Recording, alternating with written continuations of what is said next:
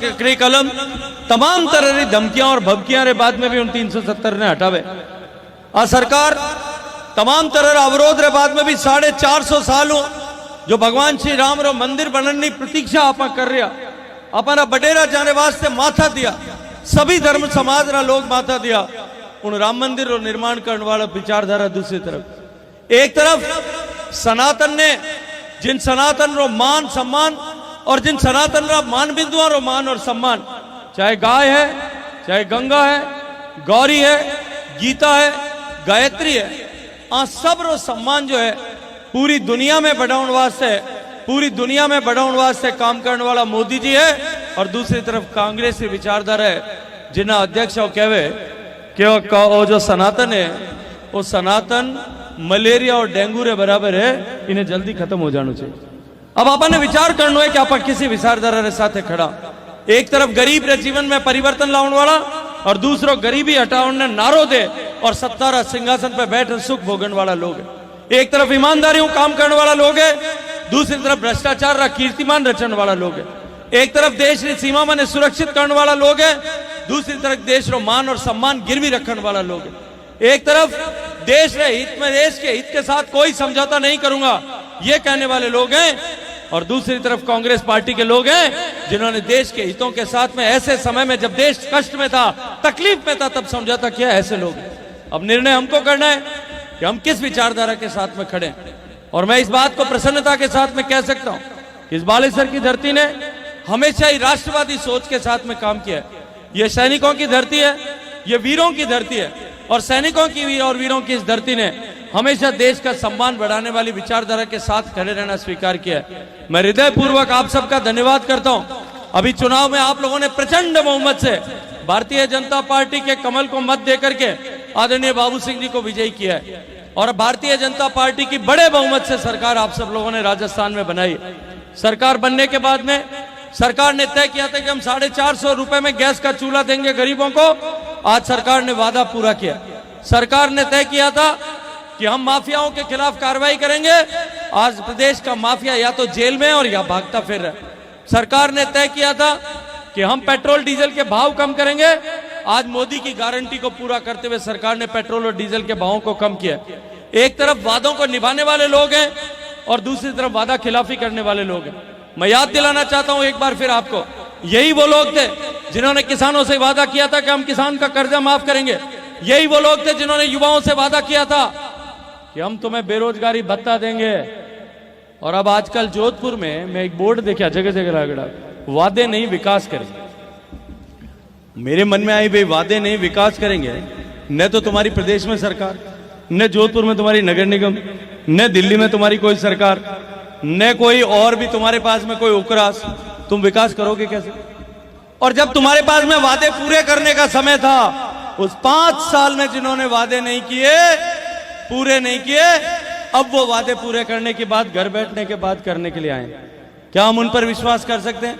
और आजकल तो बाप जी कूड़ा वादा करनी तो पराकाष्ठा होगी, क्योंकि मैं तो चांद तक सोनारी सीढ़ी चढ़ाता हूं, चांद तक सीढ़ी चढ़ाता हूं। मैं देख तो अशोक जी जादूगर है, मनो मोटा जादूगर निकल।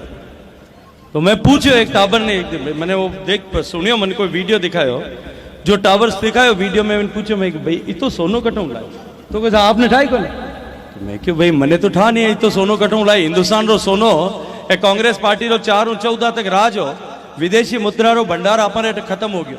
ए 2 काम करिया, एक तो 1.25 लाख करोड़ रुपया रा बॉन्ड जारी कर दिया और पेट्रोल डीजल री प्राइसेस ने कम करी। तो वह नहीं आपने पहले के दादो उधार ले तो पोता भर चुका था, जो हमारा 1.25 लाख करोड़ रुपया आपा सरकार में आया बाद में, अब आखिरी केस चुकारवी ने खत्म करे। और दूसरो, हिंदुस्तान में विदेशी मुद्रा कम होगी जब आप सोनो गिरवी रख रहा है। तो मैं कि सोनो तो गिरवी रख रहा है, निट आप छुड़ार लाया। अब छुड़ाड़ा सोना तो चढ़ा सीटी बने को नहीं, मोदी जी बढ़ाऊं देवे को नहीं, इकट्ठों लाई। तो वो टावर बन क्यों आपको नहीं समझ में आया? मेरे को नहीं समझ में आया ऐसा, आप बता दो यार, आप छोटा बच्चा। वो मन क्या है कि राहुल गांधी जी ने एक मशीन बनाई है, आलू डालेंगे सोना निकलेगा उसमें। तो मैं कि भाई अब राहुल गांधी जी आलू की मशीन सोना निकले और उन सीटियां बन जाए। तो मारे कने एक बीजेपी रा वरिष्ठ कार्यकर्ता वो बात जोधपुर शहर रहा, खासा उम्रदराज है, वे क्यों भाई साहब आपने तो सोनारी सीटी कोई पड़ता था बने जगह चढ़ाए करे कि भाई हम थे स्वर्ग में जाओ तो भी कोई तकलीफ नहीं। ये जो है आपने तो हाल अटे कई साल रहना है और कई दशक तक इन जनता की सेवा करनी है और देश ने विकसित बनाना संकल्प के साथ काम कर और आने वाला 25 साल में हिंदुस्तान ने विकसित बनाना है। इन वास्ते सोनारी सीढ़ियां चढ़ाने वाला झांसा देव ने फिर कोई वादा नया ले रहा है। मैं आज आपने सावचेत करना चाहूँ कि ये जो भारत को विघटित करने वाली ताकतें, राम को नकारने वाली ताकतें अब कपड़ों के ऊपर जनेऊ पहन करके अपने आप को रामवादी बताने की कोशिश करेंगे, लेकिन उनकी हकीकत देश की जनता जानती भी है और पहचानती भी है। मैं आज आप लोगों को निवेदन करने के लिए आया हूं। अब बाबू सिंह जी ने लंबी फेरिस्त अभी बात की, पानी की बात की, मैं उसके बारे में दोबारा नहीं कहना चाहता, लेकिन बाबू सिंह जी ने जो कहा कि 27,000 करोड़ रुपया मैंने दिया, इन्होंने मात्र 6,000 करोड़ रुपए खर्च किया, 25% पैसा भी इन्होंने खर्च नहीं किया। 2021 में तय कर दिया था कि राजस्थान के 1 करोड़ कनेक्शन के लिए हमने स्कीमें पास कर दी थी। इस शेरगढ़ विधानसभा के लिए 666 करोड़ रुपए की स्कीमें पास कर दी थी। जोधपुर लोकसभा क्षेत्र के लिए 4,442 करोड़ की स्कीमें पास कर दी। राजस्थान के लिए 1 लाख करोड़ रुपए की स्कीमें पास कर दी थी। राजस्थान में 1 करोड़ घर हैं। उन 1 करोड़ घरों में से एक घर पे जो है कनेक्शन करने का एवरेज खर्चा 1 लाख रुपए आ रहा था। देश में एवरेज खर्चा 20,000 रुपए आता था और जोधपुर परगने में, जैसलमेर में, बाड़मेर और बीकानेर, इन 4 जिलों में 2 लाख रुपए खर्चा आता था।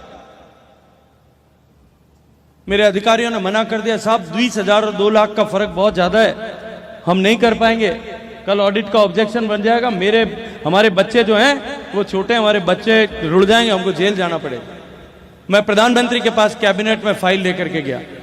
मैंने माननीय प्रधानमंत्री जी के सामने कैबिनेट में विषय रखा कि साहब राजस्थान में पानी या तो मुझे जो है इन 4 जिलों में पानी या तो राजस्थान कैनाल से लाना पड़ेगा, इंदिरा गांधी कैनाल से, या फिर पानी मुझे सांचौर में नर्मदा जी के कैनाल से जो आपके आशीर्वाद से पानी मिला है वो लाना पड़ेगा, और या चंबल का पानी घींच करके लाना पड़ेगा, तब जाकर के मैं पानी पिला सकता हूं, वरना राजस्थान में पानी नहीं पहुंचेगा। ये राजस्थान सरकार ने जो ओटीएमपी की स्कीम्स बनाई है, ये स्कीम इस जल जीवन मिशन का जनाजा निकाल देंगे।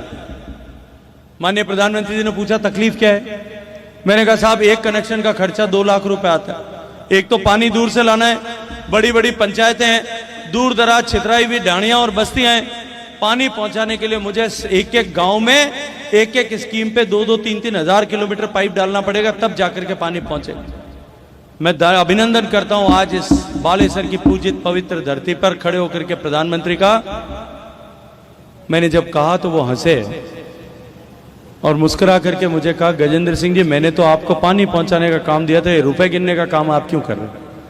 ये काम तो वित्त मंत्री को करना है। उन्होंने कहा कि तुम जितना भी पैसा लगे पानी पहुंचाओ। मैंने सारी स्कीमें पास कर, लेकिन इन्होंने काम नहीं किया। 3-3 बार टेंडर कैंसिल